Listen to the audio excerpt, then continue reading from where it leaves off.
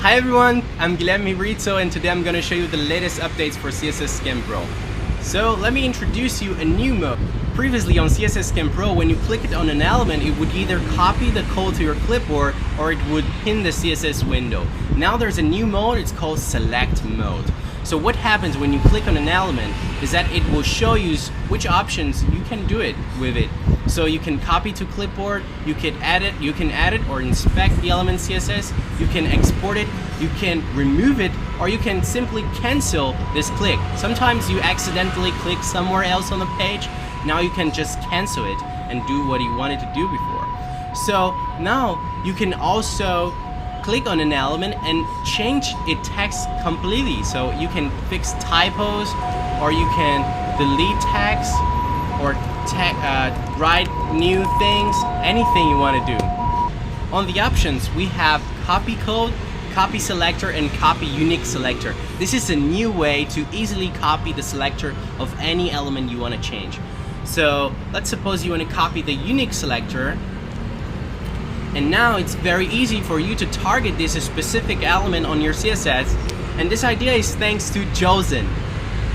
You can also export the element now as a file. So let's suppose you want to export this button as a file, and what it does is that it really exports the whole component as a file.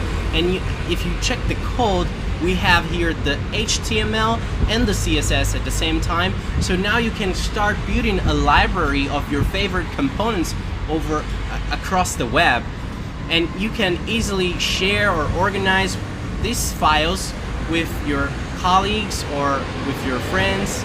Anything you want to do with this component, now you can. You can also export it to the code pen, and we've made some improvements in this feature. Is that now it adds a light gray background to it, because some elements like this one is transparent and it was not like readable. So now you can have an idea of what is happening here. And we are also exporting the pseudo classes and pseudo elements like link, before, after, focus, hover by default, thanks to Tau. So now here you can also remove this element, which is a new feature. And what it does is that it completely removes the element from the DOM. So when you want to remove things or test things, you can just click remove element. Another new thing we have is that sometimes you will see URLs that are relatives, like this URL here. If you copy and paste on your web browser, it would not know where this comes from. So you can toggle on your settings the convert relative URLs to absolute, and it will convert all these kind of URLs to absolute URLs, as you can see here. So this URL, if you copy and paste, your browser will load this picture, and it's basically much better when you're copying some third-party elements or CSS. Yeah. The assets feature is also better now. So previously it would like load every image again and again, and this was eating the performance. Now it's like it loads every picture first, and the new ones it just aggregates and aggregates. So the performance is much better. And also there's a new thing here thanks to our customer Josen, thank you. When you hover over a picture, it would not hide its name. Like let's suppose this background.jpg, it would not hide this information. But if you still want to hide it, you just hover over its name. So basically now you have a better idea of which image you were looking at.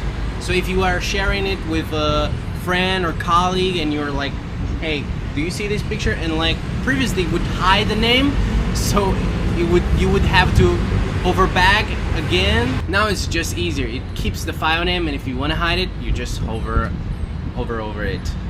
And we also made improvements on the save all feature here in the assets. So like now all the pictures that are downloaded are not corrupted files, because on the previous version some files were like corrupted, and now we fixed all these problems thanks to Renars.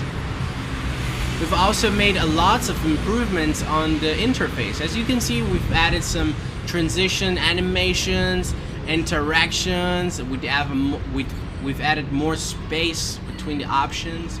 Everything is a bit more beautiful. There's also new options in the visual editor. So as you can see, now we have opacity and display.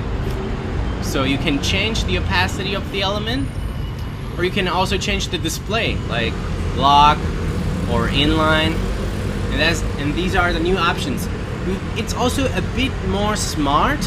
So when you choose the visual editor here, the next time you pin a CSS window, it will automatically choose the visual editor as your preferred editor. But if you change back to code editor, next time it will choose the code editor. It's just something that will save a bit more of your time. So that's it, everyone. Thank you so much for supporting our work. We hope this update makes your life and your workflow easier. And that's it. See you next time.